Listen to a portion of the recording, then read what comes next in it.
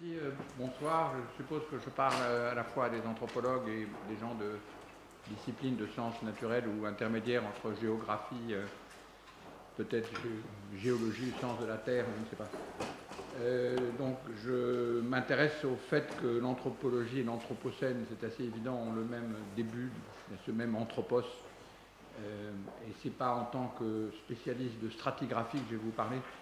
Ah, il faut que je parle maintenant. Mais ça va? Mais en tant qu'anthropologue des sciences, disons, intéressé par les questions de modernité. Donc l'anthropocène est une espèce à la fois de chaos et de joyau pour l'anthropologie des modernes que je poursuis depuis longtemps.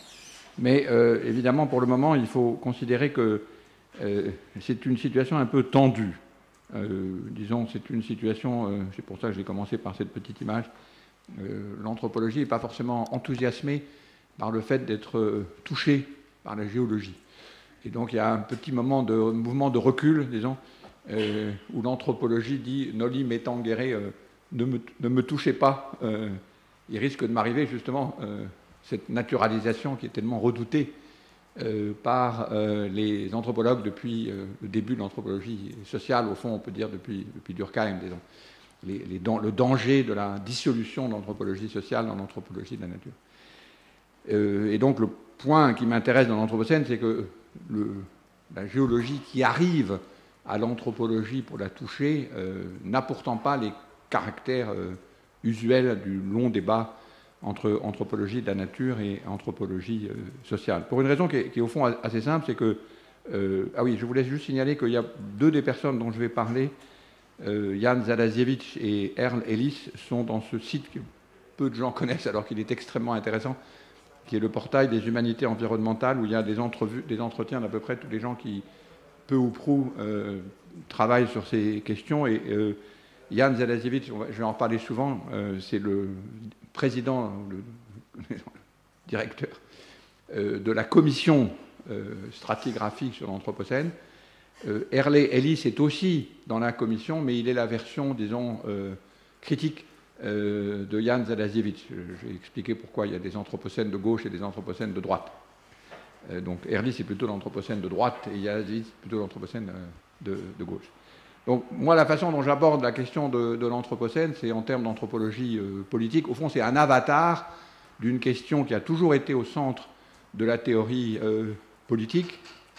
Question d'ailleurs qui fait l'objet de travaux importants dans le laboratoire, disons, d'anthropologie de la nature et aussi dans le travail de Pierre Charbonnier, qui est qu'au fond, toute politique a toujours été une cosmopolitique et s'est toujours agi dans les questions politiques d'une répartition des existants et de leur rapport avec l'organisation de la cité. Et on en a une illustration admirable dans les fameuses fresques de Lorenzetti à Sienne, qui ont beaucoup été travaillées du point de vue de la mythologie et de la philosophie, la philosophie politique et religieuse, la théologie politique, disons, de la fin du Moyen-Âge, mais dont on oublie souvent que, comme vous le voyez dans ces deux images, en haut vous voyez le bon gouvernement et en bas le mauvais gouvernement, qu'il s'agit aussi très clairement et très directement d'une cosmopolitique dans lequel se posent des questions sur l'ensemble des existants, à la fois les villes,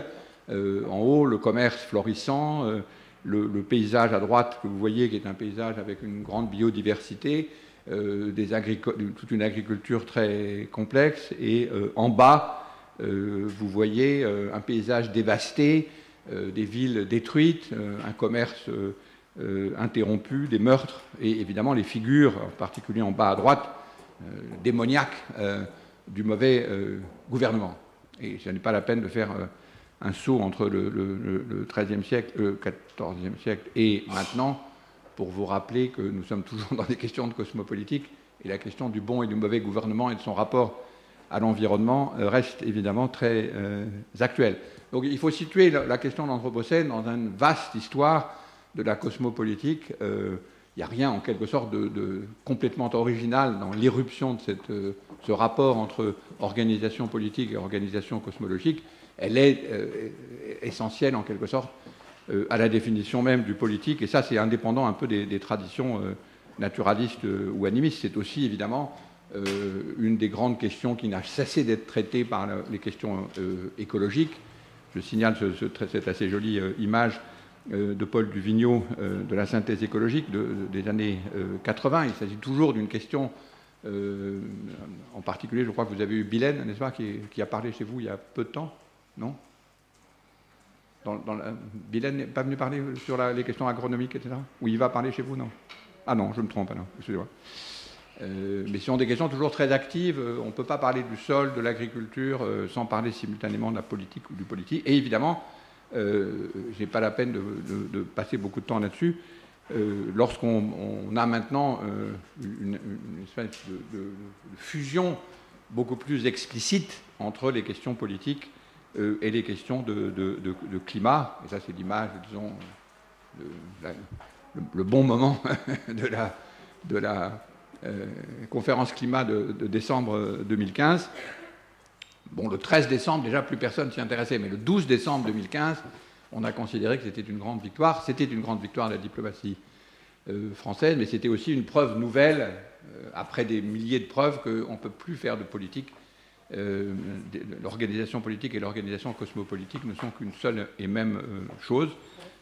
Et on voit d'ailleurs maintenant bien que dans l'organisation même de la espèce de régression politique dans laquelle on vit, la première victime, c'est évidemment la question climatique. Donc, je n'ai pas la peine de vous faire un long dessin sur le fait que la question de l'Anthropocène, telle qu'elle va se poser de façon plus technique, j'en parlerai très rapidement, c'est à l'intérieur d'une longue histoire de collaboration entre sciences naturelles et sciences sociales.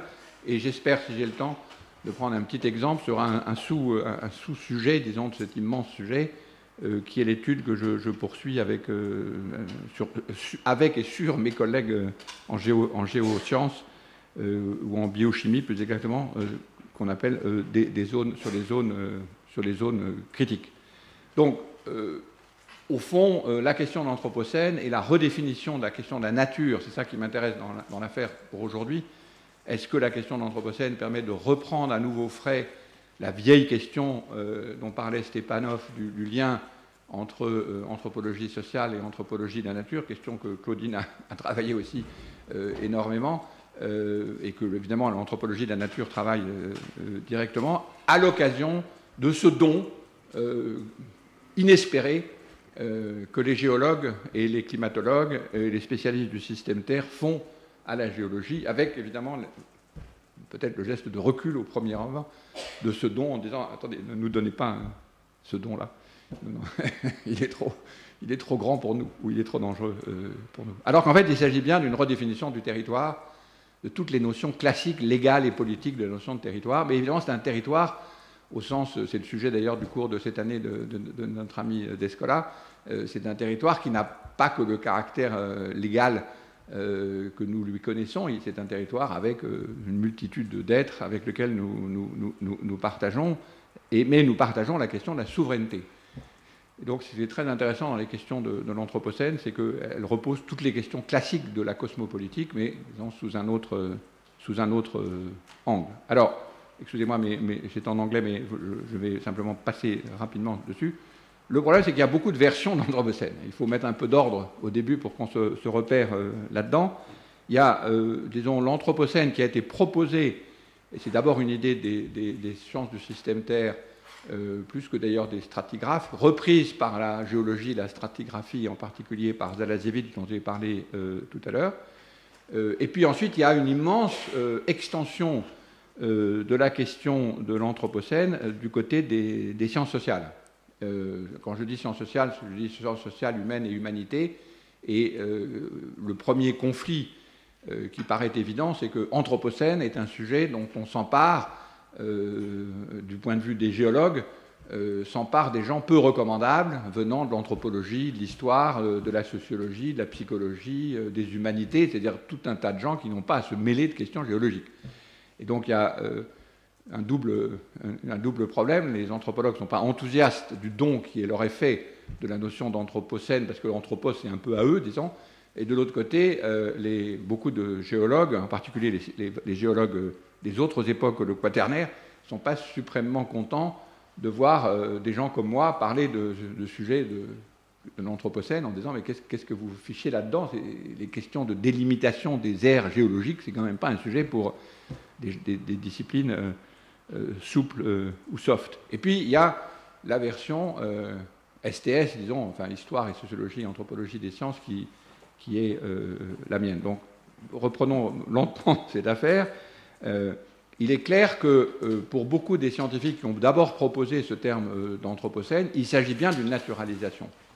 Il s'agit bien de dire, quand on dit, je rappelle quand même que l'anthropocène, la première fois qu'il a été proposé il y a 15 ans par Crutzen, c'est quand même d'abord le résumé du fait que les forces qui agitent la planète en tant que système Terre, en particulier le climat, mais pas que le climat, maintenant c'est pas que le climat, est d'origine anthropique. C'est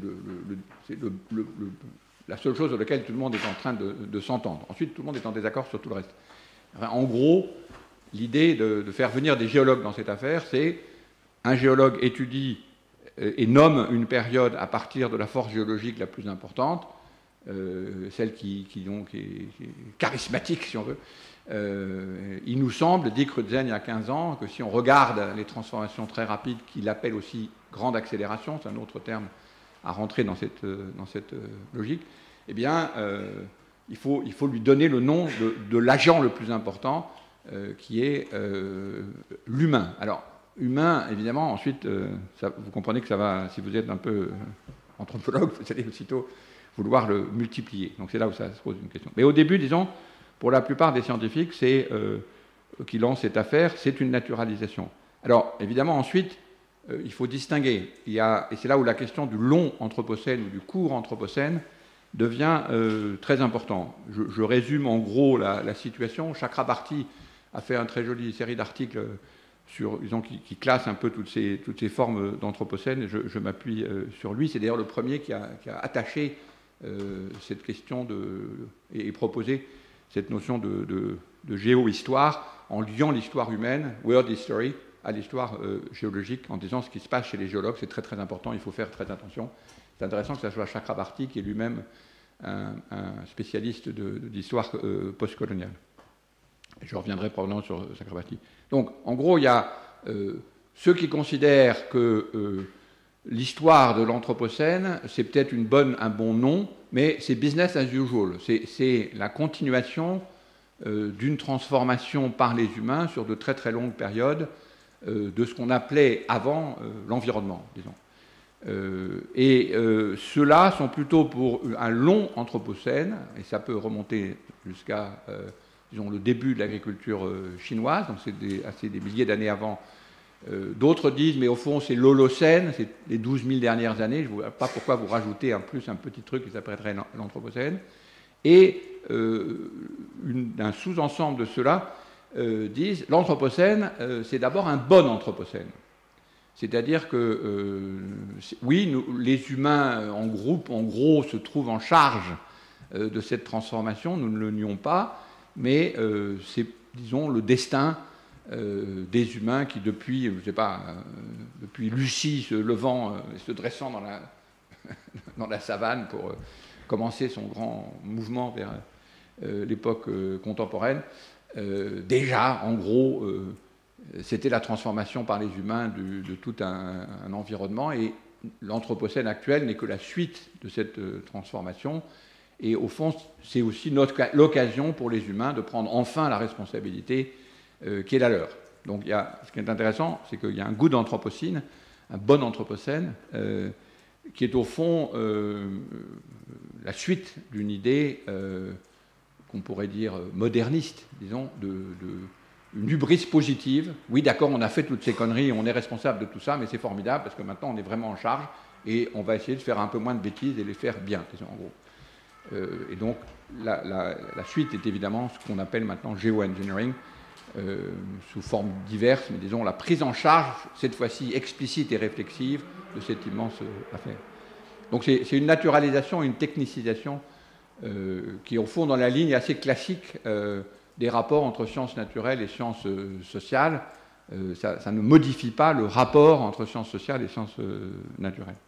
Et puis, il y a une deuxième version qui est celle plutôt de gens comme Zalasiewicz, les gens qui forment une grosse partie du comité sur l'Anthropocène, qui disent lorsque nous regardons, cette fois-ci en géologue ou en stratigraphe, la quantité de nouveautés que verrait un archéologue ou un stratigraphe du futur dans les couches qui sont en train de se former, les rochers qui sont en train de se former, les rochers fossiles ou les technofossiles qui sont en train de se former, on reconnaîtrait une transformation si radicale et si complète qu'elle mérite une période où il y a une discussion sur une période ou une ère ou en fait un moment très court et qui mérite stratigraphiquement un nom particulier et qui exige, et c'est là où il y a une vraie différence dans le régime de rapport entre sciences naturelles et sciences sociales, qui exige une collaboration avec les archéologues, avec les sociologues, avec les urbanistes, parce que tous ces phénomènes qui sont étudiés, je vous en donnerai des exemples tout à l'heure, tous ces phénomènes qui sont étudiés par les sciences à côté là, qui jusqu'ici n'étaient pas vraiment utilisables comme repères stratigraphiques, nous les voyons, nous stratigraphes, dans le début d'une minuscule couche que nous repérons, et nous la repérons à l'extrême nouveauté, à l'extrême originalité de sa composition. Donc ce qui est intéressant c'est encore des scientifiques, avec la grande variation que c'est un anthropocène très court, puisque vous allez voir, certains disent c'est 45 ou même 56 du siècle passé, comme repère pour cet anthropocène-là. Et en gros, Zalasiewicz, sa tendance, le centre de gravité de l'intérêt de Zalasiewicz, c'est plutôt 45, pour une raison que je vous dirai dans une minute, qui est due au repère facile que donnent les premières bombes atomiques, qui donnent un repère assez facile partout. C'est un problème de stratigraphie. Mais ce qui est intéressant, c'est que c'est des scientifiques qui sont obligés, en quelque sorte, d'entrer en relation avec les sciences sociales, parce que si vous vous posez la question de savoir qu'est-ce qui est original dans cette rupture, il va falloir commencer à compter, par exemple, la quantité de bâtiments construits par les humains et leur rapport avec l'érosion naturelle, disons. Il va falloir commencer à construire un rapport chiffré sur l'érosion par les rivières ou l'érosion interrompue par les barrages. Tout ça, ça finit par compter. C'est-à-dire, c'est ça qui est intéressant dans le comité de Zalasiewicz, le rapport de force entre l'activité humaine et l'activité des forces de la nature, le forçage, qui est un terme technique, le forçage par les humains, commence à se repérer. Et donc, il faut entrer en collaboration avec des archéologues. Je donnerai des exemples tout à l'heure. Et donc, pour ces gens-là, la question essentielle, c'est la datation et le repère stratigraphique. C'est-à-dire, parce que la stratigraphie est à l'intérieur de la géologie, c'est une science spéciale, et elle est chargée de cet immense monument qui construit toute la géologie, qui est celui des datations et du respect très précis de la logistique et de la bureaucratie de la datation. C'est un truc avec lequel un géologue ne joue pas légèrement, parce qu'il s'agit de quelque chose d'absolument essentiel. Donc la question du timing, la question de la définition de la stratigraphie est très importante. Alors, de l'autre côté, le paradoxe de la question de l'Anthropocène, on a vu il y a 2 ans, je crois, quand on a fait le grand colloque ici au Collège de France, le paradoxe, c'est que les sciences sociales ont été beaucoup moins enthousiastes de cette arrivée de l'anthropos venant des climatologues, enfin des Earth System Science plus exactement, et puis des stratigraphes et des géologues dans leurs affaires, disons. Et en gros, l'objection multiforme, je donnerai des exemples tout à l'heure, est vous nous balancez, vous, géologues, un anthropos dont vous ne savez rien de précis, vous étudiez des rochers qui ont des milliards d'années ou des centaines de millions d'années, et vous vous précipitez pour nous dire des choses sur une période de 50 ans ou de 4 ou 5 000 ans, pour lequel vous n'avez aucune compétence particulière, et surtout, donc ça c'est la dispute habituelle entre disciplines, mais surtout, et là l'objection est tout à fait importante, cet anthropos est un anthropos unifié comme espèce, alors que si on commence à parler des responsabilités ou de l'activité en termes de production de CO2, d'élimination des espèces, etc., c'est pas l'anthropos et l'espèce humaine, c'est pas Homo sapiens, c'est En fait, nous, les Anglais, les Américains, et pas tous les Anglais, pas tous les Américains, les Anglais et les Américains riches, etc. etc. Donc, spécifier. Donc, le cri d'horreur, disons, a été prononcé par des gens qui, par ailleurs, j'adore, hein, Isabelle Stengers, Anne Natsing, Haraway, etc., en disant c'est un poison, c'est un cadeau empoisonné qui ne va faire que restituer, encore une fois, une naturalisation dont on commençait à se débarrasser, et il faut éviter, et c'est pour ça qu'ils proposent des termes alternatifs, et il y en a une multitude, j'en ai mis 3 là, mais il y en a beaucoup d'autres. Capitalocène, qui est une expression d'un énergéticien marxiste, en quelque sorte, qui s'appelle Jason Moore, je vous donnerai son nom et sa référence tout à l'heure. Anglocène, qui est prononcé plusieurs fois dans le livre important de Bonneuil et Fressos, parce que c'est toujours les Anglais. Il ne faut jamais perdre une occasion de dire du mal des Anglais, donc j'en profite. C'est quand même toujours les Anglais qui, en termes de CO2 cumulé, sont, comme ils ont commencé très tôt, là, en termes de cumulé, le CO2 cumulé est toujours quand même d'origine anglaise, malgré tous les efforts des Chinois pour rattraper, ils en sont encore très loin. Le plus bizarre, c'est évidemment celui d'Haraway, qui est le Stutulucène, qui est pour sortir complètement de la version, disons, phallo-cratique, universaliste, etc., et qui propose de s'associer plutôt avec des petites bêtes qui, elles, ne rentrent pas du tout dans les animaux charismatiques, et qui permettent vraiment de déplacer complètement, cette fois-ci, en dehors même, contrairement à Anglocène et à Capitalocène, en dehors des humains. S'il y a quelque chose qui est important dans l'Anthropocène, c'est de sortir de la notion d'humain. Et une version qui est moins connue, mais que je crois très intéressante, et je publie le livre de Anne Natsing en français dans quelques mois, qui est Plantatiocène, qui est une très intéressante définition d'un format de plantation et d'organisation de la répartition des espèces et de la gestion des esclaves et de l'industrie, enfin pas de l'industrie, justement, de la plantation avant le modèle industriel. Et il y a beaucoup d'études, comme vous le savez probablement, sur cette affaire. Mais enfin, en gros, la critique générale, c'est qu'il n'y a pas d'anthropos.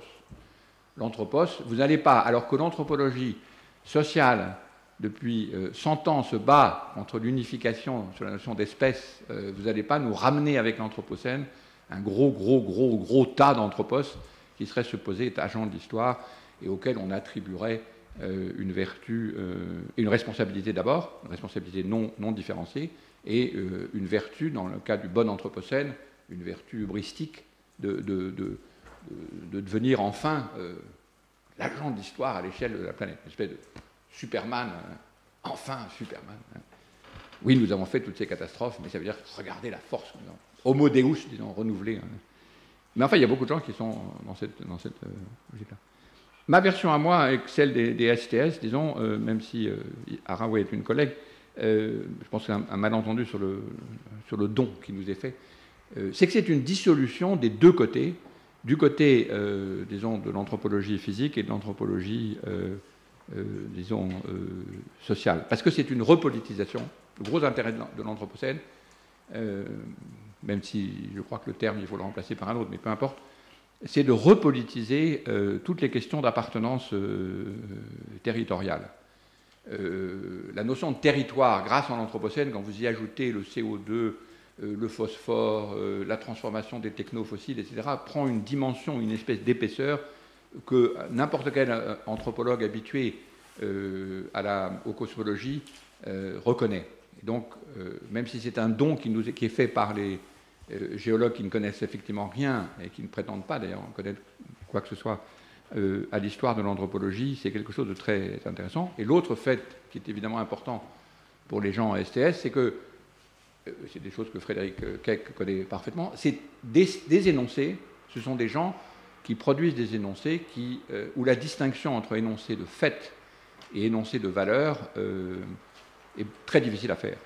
Ce qui évidemment pose un problème à tous les scientifiques qui travaillent sur ces questions. Si vous travaillez sur le Carbonifère, vous pouvez avoir une position, disons, classique. Vous travaillez sur un truc qui est à des milliards d'années, des centaines de millions d'années, vous pouvez maintenir, disons, le régime habituel de l'énoncé scientifique. Si vous dites il y a 400 parts par million de CO2 dans l'atmosphère, c'est un énoncé d'alerte, d'alarme. Et il n'y a rien à faire, vous pouvez le dire aussi calmement que vous voulez. Si vous publiez un papier en disant il y a 400 nous avons franchi la barre de 400 ppm par million de CO2, vous exigez de vos lecteurs une mise en alerte et, si possible, une policy. Pas une politique, mais enfin, quelque chose qui est derrière. Ce qui est évidemment très troublant pour tous les scientifiques, mais il y en a des célèbres ici dans cette maison, et qui pose un vrai problème très intéressant pour les gens comme moi qui étudions les sciences. Alors, l'autre donc je fais continue ma petite clarification des différents termes de l'Anthropocène. L'autre distinction, c'est évidemment, est-ce qu'il s'agit, quand on parle d'Anthropocène, d'environnement, ou est-ce qu'il s'agit de transformation du système Terre? La notion de Earth System Science est introduite dans les années 70. Il y a maintenant une thèse absolument remarquable de Sébastien Dutreuil qui clarifie beaucoup cette histoire, qui est d'ailleurs une étude très largement de Lovelock et de Gaïa. Mais en gros, si vous dites... Donc, les versions soft de l'Anthropocène, vous les entendez toujours quand les gens vous disent « mais l'homme a toujours transformé son milieu ». Depuis toujours, il a transformé son milieu. D'ailleurs, les termites transforment leur milieu, les fourmis transforment le milieu, les vers de terre transforment le milieu, les bactéries transforment leur milieu, les virus transforment le milieu. Donc c'est une propriété générale des vivants. Donc, généralement, c'est associé à des phrases du genre mais si nous regardons depuis des centaines de milliers d'années, le climat a toujours changé, il y a eu des hauts, il y a eu des bas, la mer est montée, la mer est montée. Position qui a une vraisemblance pendant 4 minutes. Quand vous avez des gens très éminents qui vous montrent des diagrammes sur des centaines de milliers d'années de l'évolution du niveau des mers ou de la température, mais qui n'en a évidemment pas plus de 4 minutes, parce que les questions, donc, à la fin, vous avez toujours ces courbes avec les augmentations extrêmes, et vous dites, mais on fait quoi? Donc on a beau nous dire, oui, mais si vous vous mettez dans un monde dans lequel personne n'habite, sinon l'esprit qui règne... disons, dans l'imagination de certains scientifiques, le fait de dire qu'il y a des variations indéfinies qui ont toujours transformé, c'est quelque chose qui, pour le coup, naturalise et dépolitise, mais qui n'a pas de vraisemblance. Parce qu'on est dans un monde où les propriétés de M. Trump peuvent se trouver envahies par les eaux dans quelques années, par exemple. Donc, voilà un cas typique. M. Trump a beau dire, il est pris quand même dans ces affaires. Mais quand même, c'est l'idée qu'on est dans quelque chose qui est continu, et que c'est de nouveau business as usual. Alors que dans l'Anthropocène hard, c'est celui qui dit, attendez, il ne s'agit pas d'une transformation de l'environnement par les humains, il s'agit d'une modification du système Terre qui bascule, c'est le point de Lovelock depuis des années, qui bascule, et c'est la notion de tipping point, qui bascule dans un état, évidemment qu'il y en a eu beaucoup d'autres dans l'histoire, vous pouvez parfaitement considérer ce point, mais... et c'est là où la conséquence politique est complètement différente et anthropologique, elle est déjà irréversible, et on parle de transformations qui sont sur des milliers, voire des centaines de milliers d'années. Donc, l'angoisse que vous ressentez dans les deux versions est assez différente. La première version vous dit, c'est la version à la honte de la France, les climato-sceptiques se trouvent à l'Académie, comme vous le savez, l'Académie des sciences. Certains sont très éminents, mais donc, je passe sur ce petit détail. Mais enfin, en gros, l'humain a toujours été là, il a toujours transformé, et le monde a toujours changé, c'est pas la peine de se dire. C'est la version de Sarkozy, d'ailleurs, c'est intéressant. Les grands scientifiques du climato-sceptique de l'Académie et Sarkozy ont la même idée. N'attribuons pas à l'humain une responsabilité aussi énorme. Ça serait une erreur d'attribuer une responsabilité à l'humain. Ça serait une preuve, c'est assez amusant, Sarkozy dit, ça serait une preuve de manque d'humilité. Sarkozy étant connu pour son humilité particulière. Les humains, il y a un manque d'humilité de croire que les humains seraient assez forts pour, etc. Donc ça, c'est assez amusant et intéressant parce que ça organise l'Anthropocène soft. Mais si vous écoutez l'Anthropocène hard, il s'agit non seulement d'une transformation du système Terre et pas de l'environnement, ce qui veut dire qu'en termes d'agency, en termes de puissance d'agir, la capacité d'agir a déjà passé au système. Elle a déjà échappé aux humains. Et ce qui est un message qui est à la fois politiquement angoissant, l'attribution de la responsabilité est déjà angoissante, mais l'attribution de la responsabilité d'un changement du système Terre qui est déjà rendu irréversible est encore plus angoissant, parce qu'on est simultanément, on nous dote d'une capacité d'agir et on nous l'enlève aussitôt. Et le livre intéressant, évidemment, de cette question, c'est le petit livre qui est publié en français de Oreskes et Conway, je crois, qui est un tout petit livre, particulièrement désespérant. Mais Oreskes est une historienne des sciences qui a beaucoup travaillé sur les climato-sceptiques et qui a fait ce petit livre de fiction, disons, scientifico-politique, où elle met très bien en scène cette situation. Les humains auraient dû agir dans les années 80, en gros, 1980. Donc maintenant, on agite, mais on s'agite, disons. On ne comprend rien à l'angoisse actuelle sur la question écologique si on ne comprend pas cette affaire. C'est-à-dire qu'on nous attribue une responsabilité et on nous retire la responsabilité parce que l'action aurait déjà dû avoir lieu. Donc c'est une espèce de situation révolutionnaire passée. On était en guerre, on ne l'a pas su, on a raté le point, et maintenant on est entraîné dans des trucs sur des dizaines de milliers d'années, et on ne sait pas... Il y avait déjà un peu ça dans le nucléaire et la question des déchets, mais c'était quand même local. Là maintenant il s'agit, s'ils ont raison, tous ces braves gars, de la transformation du système Terre. C'est une grosse dispute parce que ceux du système Terre, les hard anthropocéniques, ont un anthropocène court.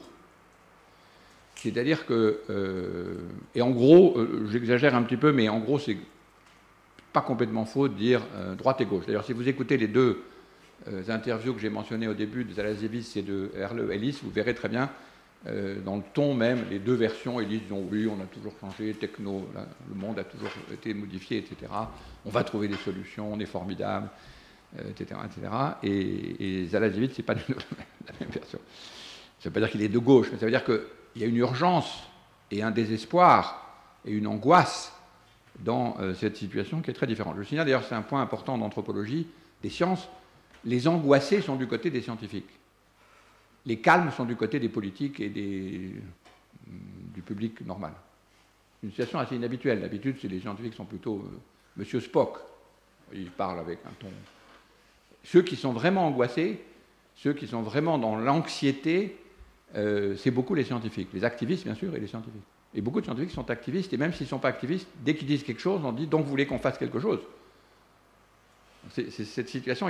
Ils disent 400 ppm de CO2, et on leur dit vous êtes des valets du capitaliste, ou plutôt des agents de la Chine. C'est terrible pour des scientifiques. Et tous les scientifiques français, en dehors des climato-sceptiques français, sont pris dans cette extraordinaire transformation des rapports de faits et de valeurs. Juste dans cet article qui vient de paraître de Stephen, typique de Gaffney et Stephen, un très joli article. Ne me demandez pas de commenter les mathématiques de cette affaire, mais c'est juste pour vous montrer ce que ils appellent système Terre, c'est-à-dire c'est un changement de cycle, en particulier des cycles de refroidissement et de réchauffement sur de très longue durée, une espèce d'échappée de la période de l'Anthropocène que vous voyez en haut à droite. La version, disons, graphique donne une idée sensible des calculs sur lesquels je ne me suis pas penché faute de compétences. Mais le schéma est intéressant. On tournait en gros dans ces attracteurs-là, et puis maintenant on passe à quelque chose qui est un autre attracteur dans une autre dimension, et on est en situation, disons, d'échappement, qui est une assez belle métaphore de la situation dans laquelle on se trouve, pour des raisons que j'aurai peut-être le temps de dire tout à l'heure. Alors, la deuxième distinction importante, donc vous voyez, entre système Terre et environnement, et c'est vraiment un choix, une décision quand on lit la littérature scientifique. Parce que si c'est de l'environnement, au fond, c'est business as usual. Si c'est système Terre, on est dans une autre histoire. Et là où Chakrabarty est très intéressant, c'est que depuis le début, il a senti que les gars qui travaillaient sur le changement climatique, ils parlent d'une autre façon d'articuler la géohistoire et l'histoire biologique. Donc la grande distinction, c'est quel est l'agent. Pour éviter agency, j'utilise puissance d'agir. Quelle est la puissance d'agir des êtres, de l'être auquel on attribue la capacité d'être le sujet, disons, de l'anthropos. Donc, en gros, pour un géologue, il n'y a pas de sujet des transformations géologiques jusqu'à l'Anthropocène. Et puis, à partir de l'Anthropocène, court ou long, il y a un sujet géologique, un agent de la géohistoire, pour utiliser geostory. Chakrabarty dit que c'est moi qui ai inventé le terme, mais je crois que c'est lui qui l'a inventé, de geostory ou geohistory, qui est dont il va falloir doter anthropologiquement de capacités. Alors c'est vrai que la première version, c'est une version qui unifie C'est un peu pour les biologistes et les géologues qui ont inventé ce terme, quand ils ont dit anthropocène, je signale que le terme, historiquement, est d'ailleurs de Vernadsky, donc c'est une histoire encore plus ancienne des années 30 de la notion de biosphère, etc. Quand ils disent anthropos, ils ne s'embarrassent pas, comme nous, anthropologues, de la distinction, mais quel anthropos? On parle des actionnaires de Total, ou on parle des humains, ou on parle des Chinois, ou des Anglais, de Watt, enfin, de qui on parle? Et donc, effectivement, il y a une tentation qui est le retour à la notion d'espèce. Et Chakrabarty écrit 2 articles très intéressants sur la notion de l'anthropos comme espèce. Est-ce que l'anthropocène est un retour? Vous allez voir qu'il y a quelqu'un de très intéressant qui prétend effectivement ça d'une façon, à mon avis, très importante. Mais c'est vrai qu'en gros, il ne s'embarrasse pas de cette question, et les questions politiques et les questions sociales et anthropologiques qui nous paraîtraient évidentes, les questions d'inégalité, ne sont pas prises en compte. C'est la critique que fait Fressoz et Bonneuil de la notion d'anthropocène dans leur livre, qui lance un peu en France la mode, si on peut dire, de l'anthropocène. Parce qu'en France, l'anthropocène est vraiment venu des sciences sociales, et beaucoup plus que il n'y a aucun des grands auteurs de l'anthropocène ne sont français. Donc quand on a commencé à parler de l'anthropocène, c'est très largement grâce à Bonneuil et Fressoz et leur collection au seuil. J'ai appris moi-même le nom d'anthropocène à beaucoup de scientifiques qui ne l'utilisaient pas et ne savaient pas que ça existait. Ensuite, et c'est là où ça devient intéressant, c'est la différenciation des trajectoires historiques des différents types de, disons, un ethnos plus qu'un anthropos, ou des ethnoi plus que des anthropoi, qui sont déjà, que commencent à faire des historiens. Et donc, c'est les gens qui travaillent sur le Plantatiocène, les gens qui travaillent sur et évidemment Descola et ses collègues. On a une spécification des différents ethnoi qui sont responsables ou qui sont actifs dans cette transformation de l'environnement. On ne va pas traiter pareil un Amazonien et un directeur d'Exxon. Donc il y a déjà un début de, même d'ailleurs du point de vue de beaucoup des scientifiques que je pratique, ils savent bien que l'anthropos doit être spécifié, mais ils renvoient à nos disciplines la tâche de faire ces différenciations. Ils n'exigent pas, ils ne prétendent pas que l'anthropos agissant est un agent. Parce que tout le monde est conscient, évidemment, du fait politique très important, c'est que cet anthropos n'a pas d'institution. Il n'y a pas une institution des humains responsables de forces géologiques. Ça n'existe pas. Il y a eu un peu ça dans la conférence du climatique, mais c'était un embryon de parlement des choses, pour reprendre une de mes expressions. Mais il y a aussi une position, je vous le signale, parce qu'elle est très intéressante du point de vue anthropologique, dans un livre qui va paraître à Politipress par un Clive Hamilton, qui est lui-même un de ceux qui a fait beaucoup de travaux sur l'éthique, qu'on pourrait dire l'éthique de l'anthropocène.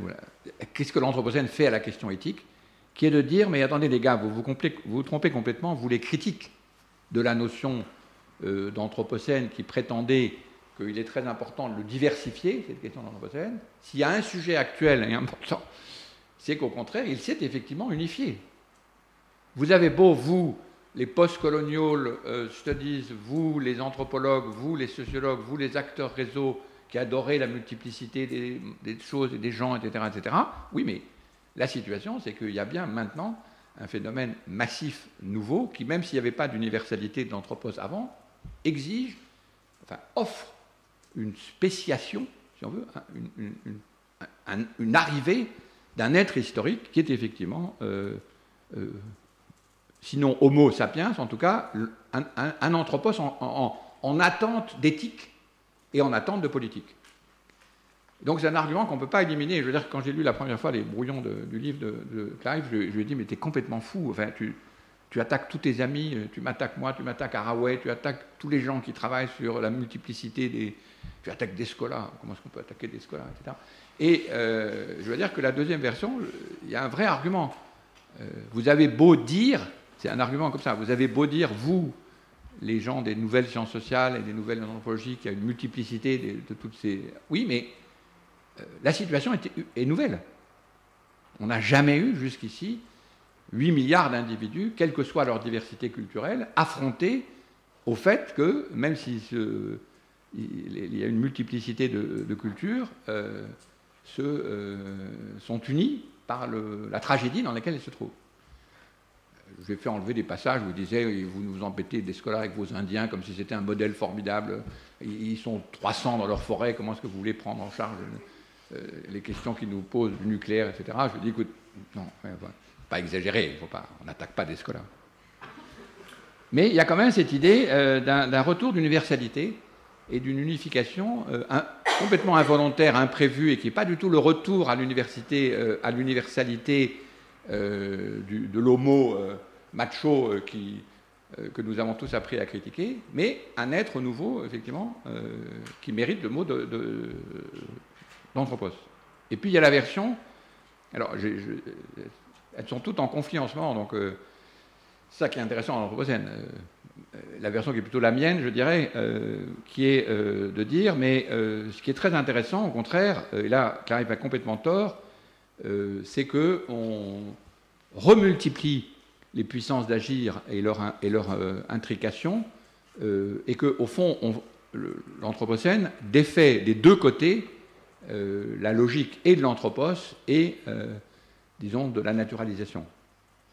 Et l'exemple pour moi le plus impressionnant, il y en a deux, il y en a trois maintenant, parce qu'ils sont tous les trois en français, donc j'ai plaisir à les citer, parce qu'il y en a deux que j'ai fait traduire. Le premier, c'est Anna Tsing et son extraordinaire livre sur les champignons, qui est à mon avis un exemple parfait de la nouvelle situation anthropologique de multiplication des interactions sans plus du tout s'occuper de savoir s'il y a des humains ou pas des humains. Le deuxième, c'est l'admirable livre de Nastasia Martin sur les âmes sauvages. Et le troisième, c'est le livre, je signale, de Cohn sur les How Forests Think, je ne sais pas quel est le titre qu'ils ont choisi en français, qui paraît en français dans une semaine. Je crois que c'est trois livres parfaits de cette... et puis il y a Vivero de Castro, etc. Mais de la possibilité enfin présente en anthropologie de s'intéresser passionnément aux champignons, aux arbres, aux végétaux, etc., sans qu'à aucun moment ces êtres-là apparaissent sous la forme d'anciens êtres naturels tels qu'ils apparaissaient avant dans le conflit anthropologie naturelle et anthropologie. Et c'est pour ça que j'utilise cette expression en anglais, en français ça ne marche pas très bien, de earthbound. Est-ce que c'est des humains animés, on dirait? Bon, il y a des animés, mais est-ce que c'est des animés, disons, de forme humaine ou de forme pas humaine? La question est moins importante. Donc, quelques exemples de cette, pour que vous voyez un peu de comment se présente ce conflit continuel. Là, je vais le lire en anglais parce que ça n'a pas beaucoup de sens de le traduire. The Dominant Anthropocene Narrative, ça c'est Jason Moore, donc l'énergéticien. Je dis énergéticien parce que c'est un essai de marxisme autour de la notion de métabolisme. Tell us that the origin of a modern word are to be found in England. The motive, the force behind this epochal shift, in two words, coal and steam. The driving force behind coal and steam, not class, not capital, not imperialism, not even culture, you guess it, the anthropos. Voilà, c'est la critique. Vous voyez très bien, si vous êtes vaguement au courant d'une... Alors qu'il y a pourtant chez Marx toute une réflexion sur l'espèce. Hein, c'est ce sur quoi Chakrabarty construit justement son affaire. Humanity is as an undifferentiated whole. On comprend tous les gens qui sont ici, qui font de l'anthropologie, protestent dès qu'on dit anthropos, undifferentiated. The Anthropocene makes us for an easy story because it does not challenge the naturalized inequality, alienation and violence inscribed in modernity's strategic relation of power and production. Vous voyez ce langage complètement prévisible, mais typique de la réaction. Ne nous donnez pas ce cadeau-là. This erasure, this elevation of the anthropos as a collective actor, has encouraged a meta-theory of humanity as a collective agent without acknowledging the forces of capital and empire that have cohered modern world history. Avec l'amusant paradoxe toujours dans cette littérature marxiste, c'est qu'on oppose une naturalisation, on en a une socialisation qui est à peu près de même type. Enfin, je ne passe pas là-dedans. Mais à l'inverse, donc, ce livre très intéressant de Clive Hamilton, juste une citation, le titre d'ailleurs est assez amusant parce que Defiant Earth, c'est... tout le monde va être en désaccord avec mon livre, mais je le fais quand même. C'est intéressant quand même. Future of the entire planet, including many forms of life, is now contingent on the decision of a conscious force, even if the signs of it acting in concert are only embryonic and maybe stillborn. In the face of this brute fact, denying the uniqueness and power of humans becomes perverse. Donc tous les Descoliens, Vivérodécastriens, Coniens, Tchingiens, Stengersiens, Raouyens, qui nous embêtaient avec vos chiens, vos champignons, vos arbres, etc. C'est sympa tout ce que vous faites, mais ce n'est pas le problème, parce que le problème, c'est qu'il y a effectivement l'arrivée d'un être qui n'est pas le même humain de l'anthropos universel, de la domination machiste, phallocratique, universaliste, européenne, occidentale, qui a certains traits communs, c'est qu'on est dans le même universal mess. Donc c'est quand même, ça vaut le coup quand même d'aller regarder ces gens-là. Donc passons un peu de temps sur les problèmes de stratigraphie, parce que ce qui fait qu'on ne comprend jamais rien à cette affaire d'Anthropocène, c'est qu'il est invraisemblable. J'ai pris juste quelques images, que j'étais à Cornell, je faisais une conférence, et regardez quand même, il faut à peu près 12 millions d'années pour faire cette truc-là à droite. Et les stratigraphiques prétendent qu'on va repérer la présence au milieu de ces millions d'années des 50 dernières, ou des 80, selon nous, dernières années. Il y a une question d'invraisemblance. Comment pouvons-nous imaginer, c'est la phrase de Sarkozy, il faut être humble quand même devant ces millions d'années. Comment imaginer que vous tous, là, les 9 millions que vous êtes, ou 8 millions, vous avez une influence et que vous êtes détectable dans les roches? Il y a quelque chose d'invraisemblance. Et c'est vrai, à chaque fois que je vois des stratigraphies comme ça, bon, peut-être, oui, il faut... Enfin, les stratigraphes sont des gens très intéressants, ils sont capables de mesurer la durée de cette affaire. Eh bien, le problème, c'est qu'il faut quand même y arriver, et de nouveau, si vous regardez l'Anthropocène, ça n'est pas le trait de crayon. L'Anthropocène, c'est même pas l'épaisseur du trait de crayon qui est ici. Donc, vous avez tous appris à l'école que les aires géologiques, c'était très long. Les dinosaures, il faut des tas de cours pour se rappeler qu'ils sont très loin, que c'est pas du tout, il n'y a pas de dinosaures avec des humains, c'est des distances énormes, etc. Et là, on parle d'une période de temps qui est plus courte que l'Union soviétique. Donc, brusquement, tous nos repères, ce qu'on appelle une ère géologique, sont perturbés. Là, on parle de quelque chose de 80 ans, et qui est à l'échelle de phénomènes qui sont des milliards d'années. Alors, ce qui est intéressant pour les historiens des sciences, c'est évidemment que la géologie et l'histoire sont nées en même temps. À la fin du XVIIIe siècle, l'archéologie, l'histoire et la géologie sont nées au même moment. Donc, c'est pas absurde de faire ce lien, mais quand même, il y a une question de vraisemblance, en quelque sorte, qui est très difficile. Et là, je vous signale donc les deux, parce que je pense que c'était un peu l'objet de ce séminaire aussi. Je m'aperçois que... Oui, j'ai encore quelques minutes. Donc, il y a un très joli livre d'Émilie H, où elle a fait traduire une série d'articles qui a un joli titre qui évidemment joue à l'inverse sur le célèbre livre de Coiré, De l'univers clos au monde infini, où il y a Chakrabarty justement. Mais le mieux, c'est d'aller voir le Climate of History, Four Theses. Et j'insiste sur l'importance de cet auteur, puisque c'est lui il a fait Provincialized Europe, et il est plongé dans l'objection d'avoir produit le postcolonialisme et de se retrouver avec cet immense problème de l'arrivée d'un anthropocène et du retour un peu comme Hamilton, d'ailleurs, ils ont discuté pendant la fabrication du livre de Hamilton, quelque chose qui est une spéciation à nouveau de la question de l'agent de l'histoire.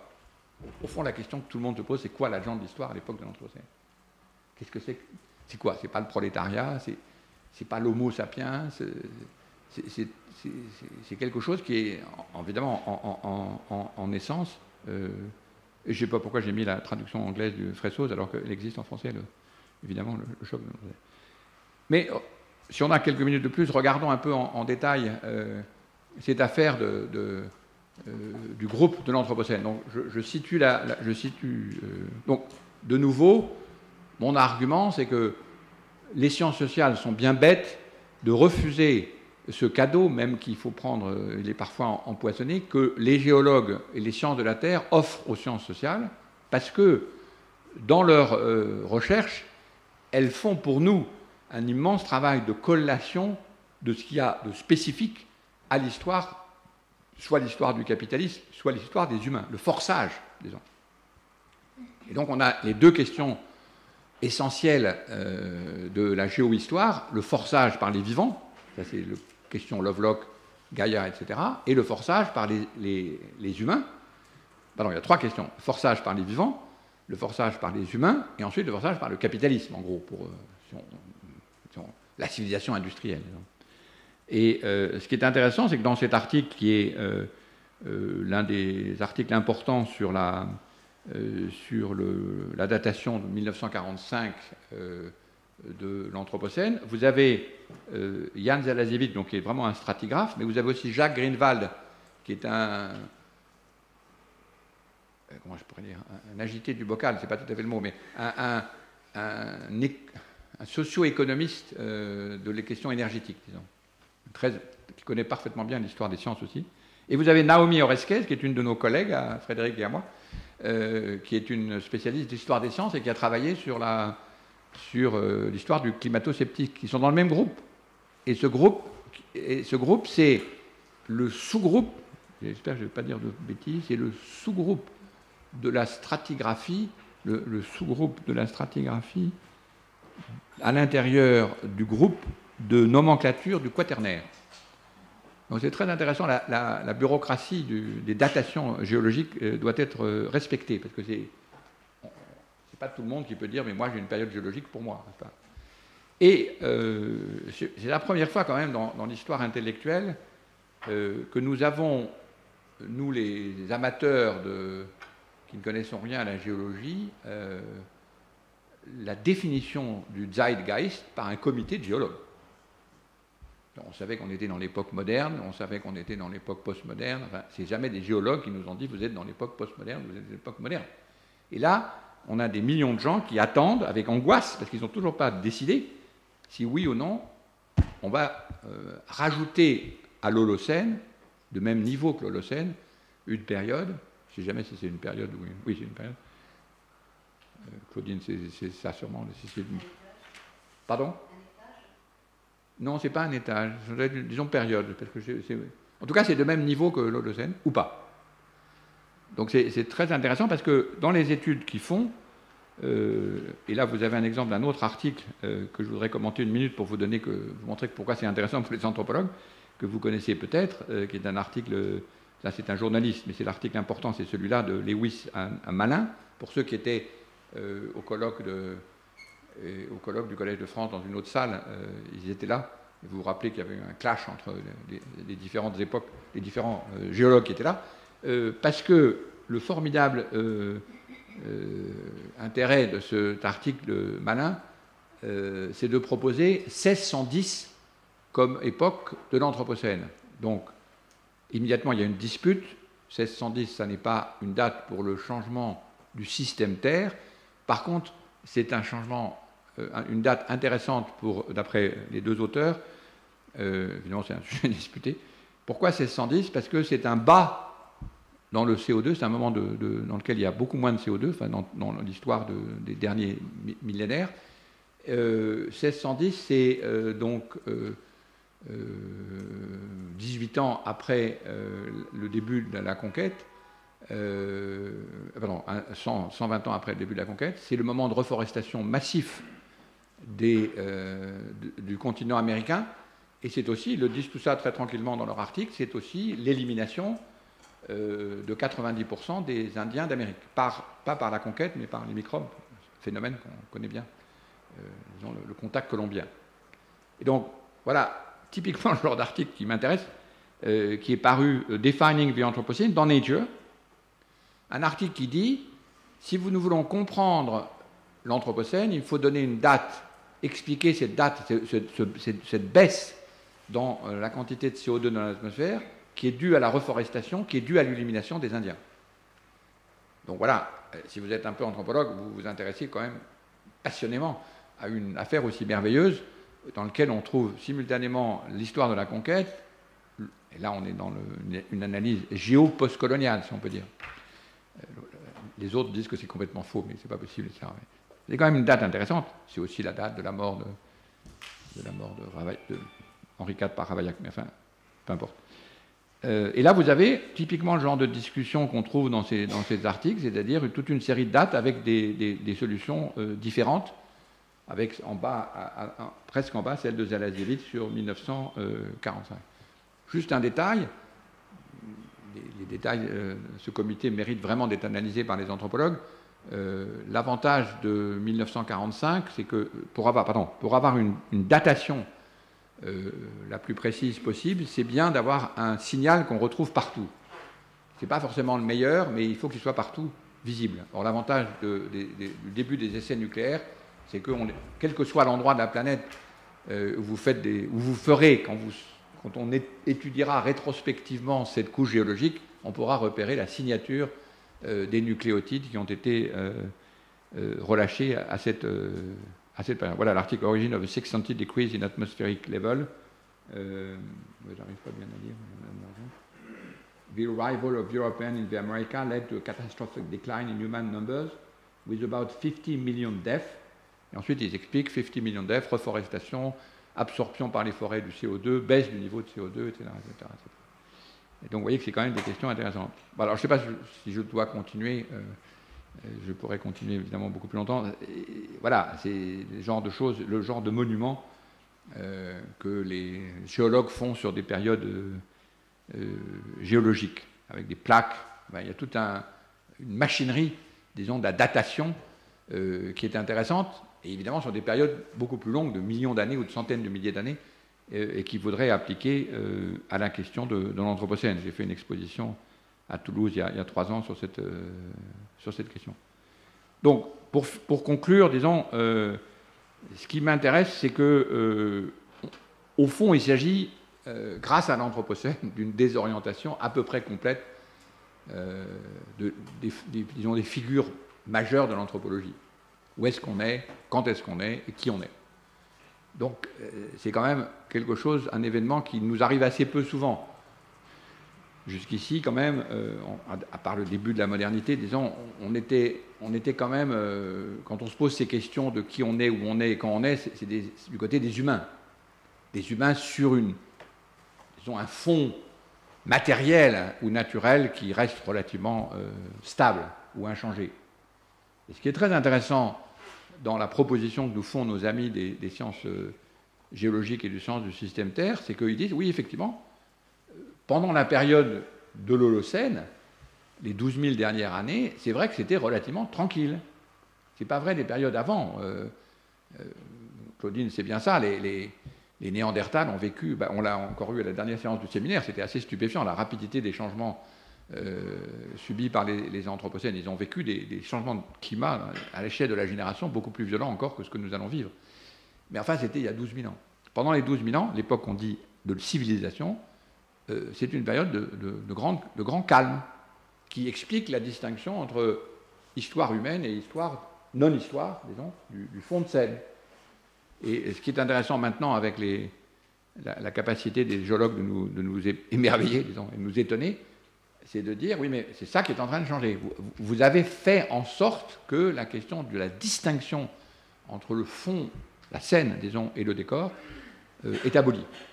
Et maintenant, vous êtes désorienté parce que vous ne savez pas quand vous êtes, parce que être dans l'Anthropocène, c'est une situation extraordinairement nouvelle, s'ils ont raison pour datation de 1945, pour des tas de raisons qui n'est plus du tout l'époque moderne, disons, c'est plus l'époque de la modernité.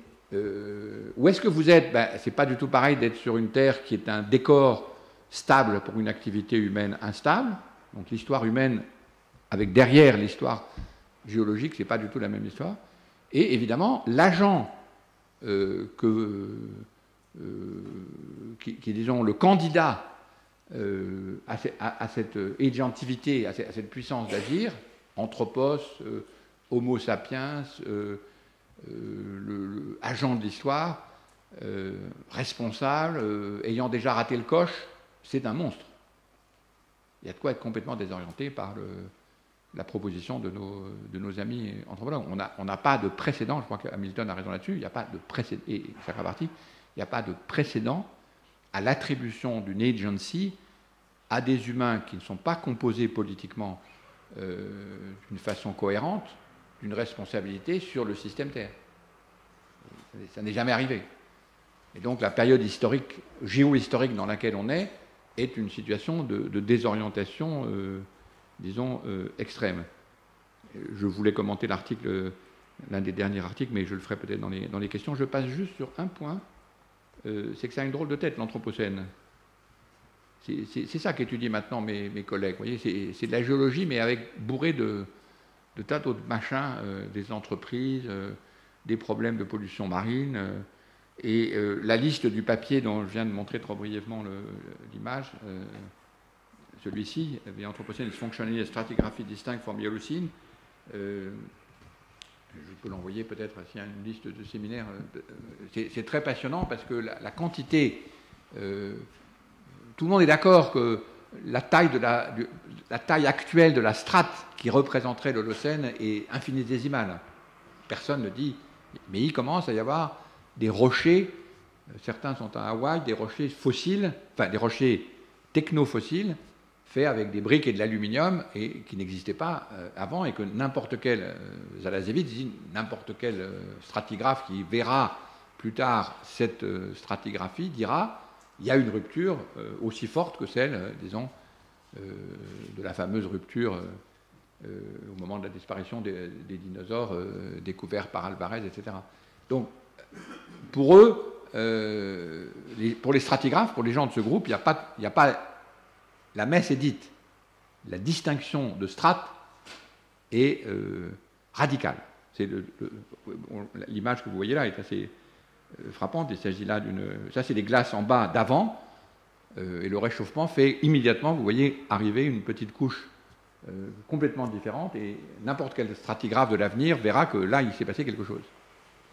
Avec cette chose horrible que dit Zalazevitch dans un de ses livres, c'est que la conclusion des stratigraphes de l'avenir, ce sera de dire c'est tellement différent que ça a dû être l'occupation par des extraterrestres, et ils sont restés très peu de temps.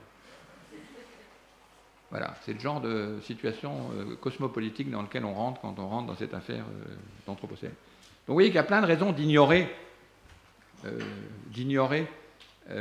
l'offre qui nous est faite par nos camarades des sciences exactes, en disant vous mêlez de l'anthropos, alors c'est pas votre boulot, essayons de séparer bien les deux.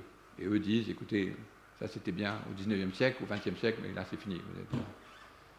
Maintenant il faut que vous commenciez à faire de la géologie, de la stratigraphie, et que vous nous aidiez, nous. J'ai un autre article tout à fait passionnant, aussi avec Zalazevitch comme premier auteur. Il y a une revue, j'ai oublié de dire, The Anthropocene Review, qu'il faut vraiment regarder attentivement, qui calcule le poids. Je finis sur ce petit détail parce que c'est pour vous montrer combien c'est intéressant pour les gens qui travaillent sur les humains de travailler avec ces gens-là. C'est complètement bizarre comme idée, mais c'est très intéressant. Ils essaient de calculer le poids de l'infrastructure technique depuis le début de la révolution industrielle. Donc là, c'est un peu plus long comme Anthropocène. Ce n'est pas lié à la question de l'Anthropocène, c'est vraiment une question quel est le poids relatif des humains par rapport à leur pas technostructure, mais il faut structure matérielle. Et je vous lis juste si on fait le calcul, alors évidemment, en human biomass, il faut rajouter 5 ordres de magnitude, 5 orders of magnitude pour chaque humain. Donc, mademoiselle, monsieur, vous avez votre poids, 70 kg, et vous rajoutez 5 zéros pour savoir la quantité de matériel, infrastructure, murs, usines, etc., qui correspond à votre techno.